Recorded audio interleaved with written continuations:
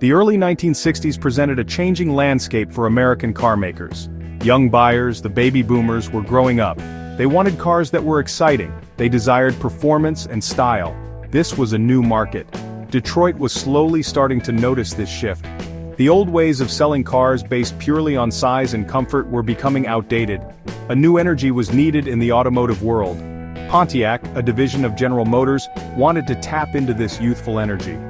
They sought a way to inject excitement into their brand image and attract these younger, more enthusiastic customers. General Motors, however, had an official ban on factory-backed racing. This ban was put in place in 1963. It aimed to project an image of corporate responsibility. It also sought to avoid potential government scrutiny over safety and speed. This policy directly impacted divisions like Pontiac. Pontiac had built a strong performance reputation in the late 1950s and early 1960s through motorsport. Suddenly, their primary way of showcasing engineering skill was gone. They needed a new strategy.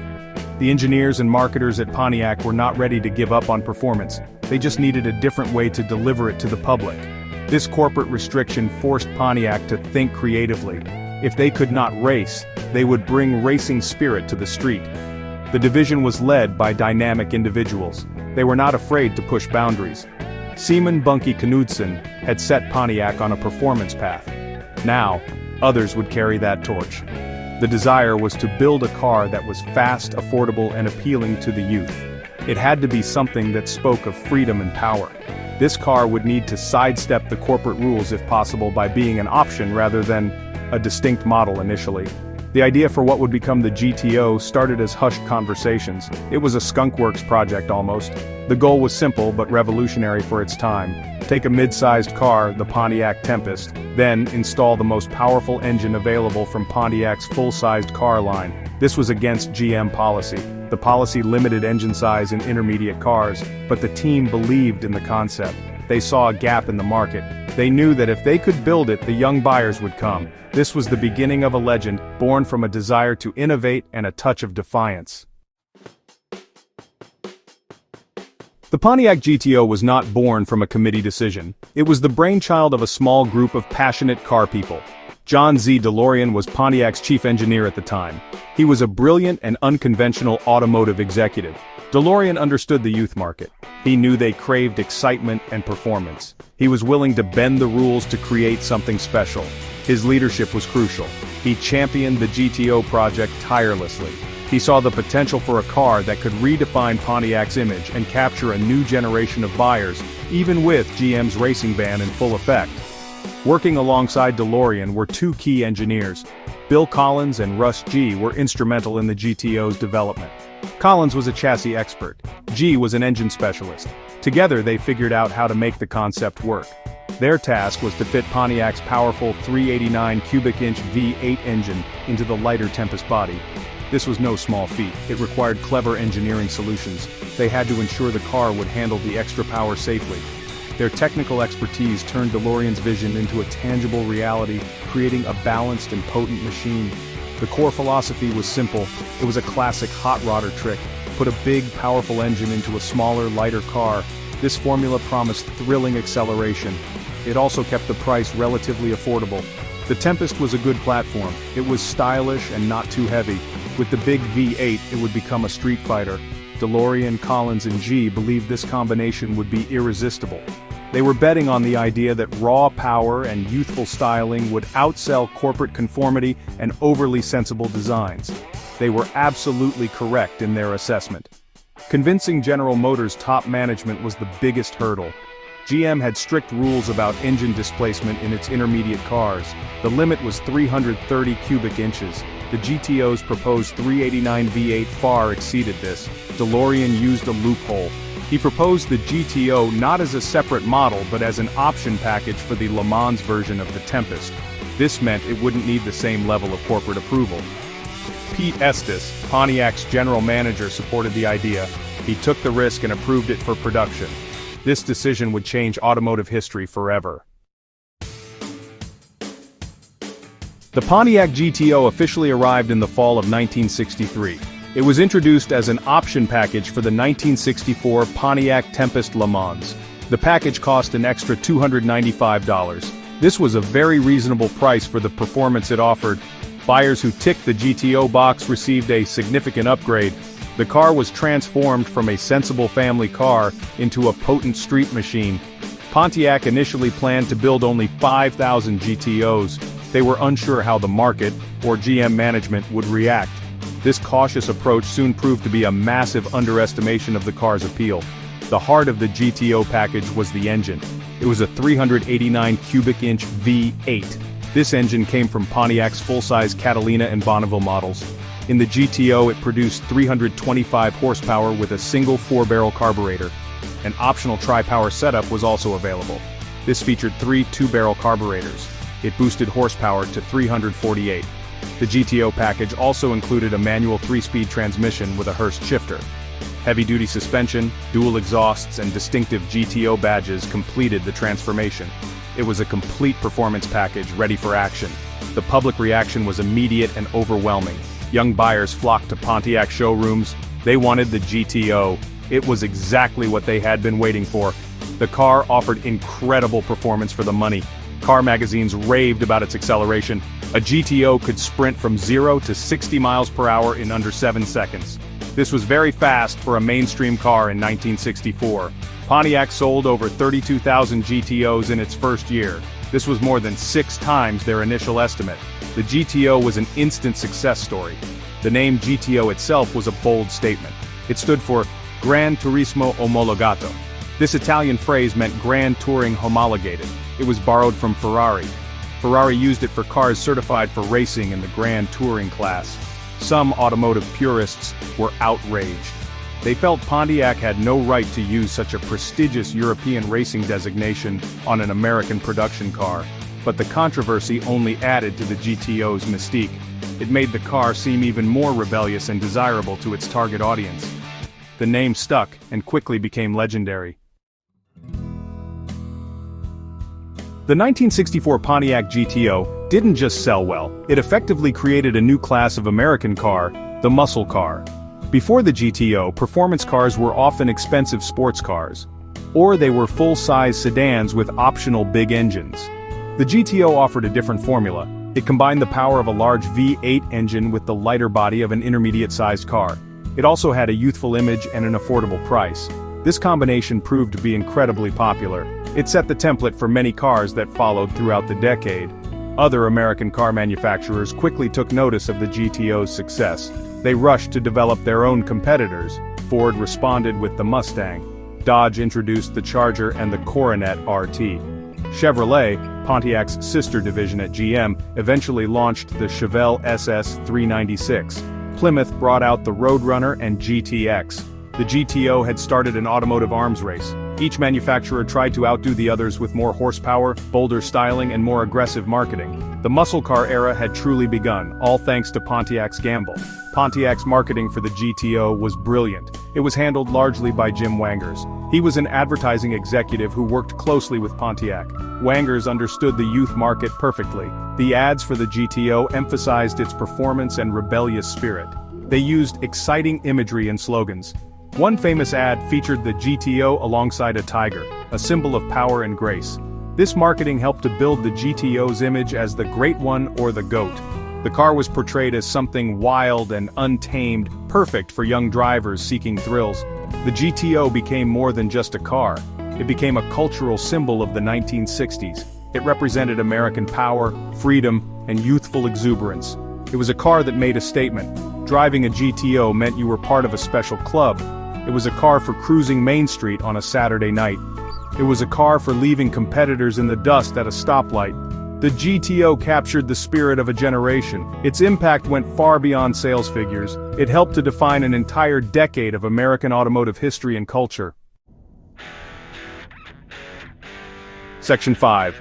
Evolution of Power, Models and Enhancements, Mid-Late 1960s. As the 1960s progressed, the Pontiac GTO continued to evolve. It received regular styling updates to keep it looking fresh and modern. In 1965, the GTO featured new stacked headlights. This gave it a more aggressive look. The overall body lines became sleeker and more refined. For 1966 and 1967, the GTO adopted the popular Coke bottle styling. This design featured curved body sides that bulged out over the wheels. It was a very fashionable look at the time. These styling changes helped the GTO maintain its appeal in a competitive market. Engine performance also saw significant improvements. The standard 389 cubic inch V8 remained, but Pontiac offered more potent options. The tri-power carburation system continued to be popular. It provided excellent power and a distinctive look under the hood. In 1967, the 389 engine was enlarged to 400 cubic inches. This new engine offered even more torque and horsepower. Pontiac also introduced its famous ram air induction systems. These systems fed cool, dense air directly to the engine. This improved combustion and increased power output further. The Ram Air 4 engine was a legend in its own right. One of the most iconic GTO models was the Judge. It was introduced in 1969. The Judge was initially conceived as a lower-cost, high-performance GTO. It was meant to compete with the Plymouth Roadrunner. However, it ended up being a premium model. The Judge featured wild graphics, including the Judge decals and a prominent rear spoiler. It came standard with the Ram Air 3 400 engine. The even more powerful Ram Air 4 was optional. Carousel red was its signature color, making it instantly recognizable. The Judge became an instant classic. Throughout these years, Pontiac offered the GTO in several body styles. Buyers could choose between a two-door hardtop coupe and a convertible. This provided options for different tastes and preferences. The interior also received upgrades. Better materials, more comfortable seats, and improved instrumentation were added. Pontiac understood that performance was key, but they also knew that style and comfort were important. The GTO aimed to deliver the complete package. It was a car that looked good, felt good, and went very, very fast, keeping it ahead of the pack. Section 6. King of the Street, the GTO's Golden Age. The mid to late 1960s marked the GTO's Golden Age. Sales figures soared during this period. In 1966, Pontiac sold over 96,000 GTOs. This was its best sales year ever. The car had firmly established itself as the king of the muscle cars. It was the benchmark against which all others were measured. Competitors tried hard to dethrone the GTO, but its combination of style, power, and image was hard to beat. For several years, the GTO was the undisputed leader of the pack, a testament to its brilliant conception and execution. The GTO's popularity extended beyond the showroom floor. It became a prominent fixture in American popular culture. The car was celebrated in songs. Ronnie and the Daytonas had a hit with GTO in 1964. This song helped to cement the car's legendary status. GTOs also appeared in movies and television shows. They were often portrayed as the ultimate cool car. This media exposure further enhanced the GTO's image. It made it even more desirable to young people across the country. The GTO wasn't just a car, it was a cultural icon. There were many reasons for the GTO's immense appeal. Its performance was undeniably a major factor. The GTO offered thrilling acceleration and a powerful V8 roar. This satisfied the craving for speed and excitement. The styling was also a key element. The GTO looked muscular and aggressive. It had a presence that commanded attention. Furthermore, the GTO was relatively affordable. It put high performance within reach of many young buyers. This combination of power, style, and value was a winning formula that resonated deeply with the target audience. Anecdotes and street racing stories further solidified the GTO's legendary reputation. It was known as the humbler on the streets. Many impromptu drag races were won by GTOs. These tales, whether entirely true or slightly exaggerated, added to the car's mystique. The GTO became a symbol of American ingenuity and engineering prowess. It was a car that owners were proud to drive and show off. This passionate owner base helped to create a strong community around the GTO. It was more than metal, it was a shared experience and a statement of identity. Section 7. The Gathering Clouds Challenges and Decline. The golden age of muscle cars and the GTO could not last forever. By the early 1970s, several factors began to work against high-performance vehicles. Insurance companies started to raise premiums significantly for muscle cars. These cars were seen as high risk due to their power and the way they were often driven. Young drivers, the primary market for GTOs, found it increasingly expensive to insure them. This made owning a muscle car a much costlier proposition. The rising cost of ownership began to cool down the red-hot market for these powerful machines. Another major challenge came from the government.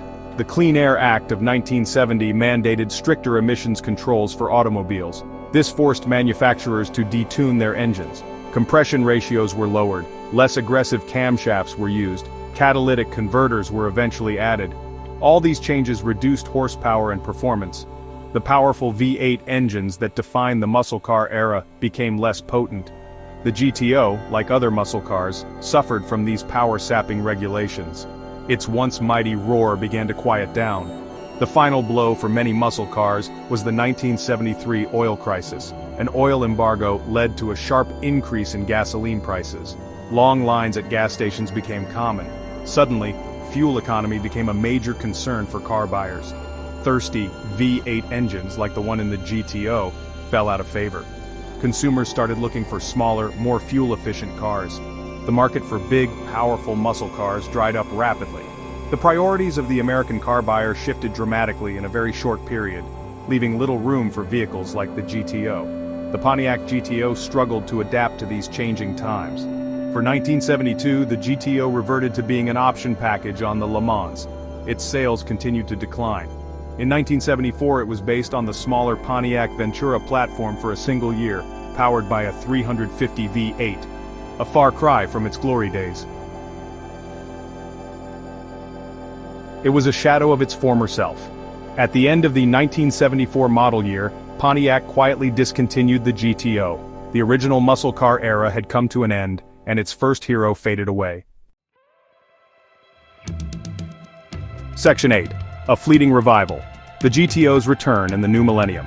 For nearly 3 decades, the Pontiac GTO nameplate lay dormant.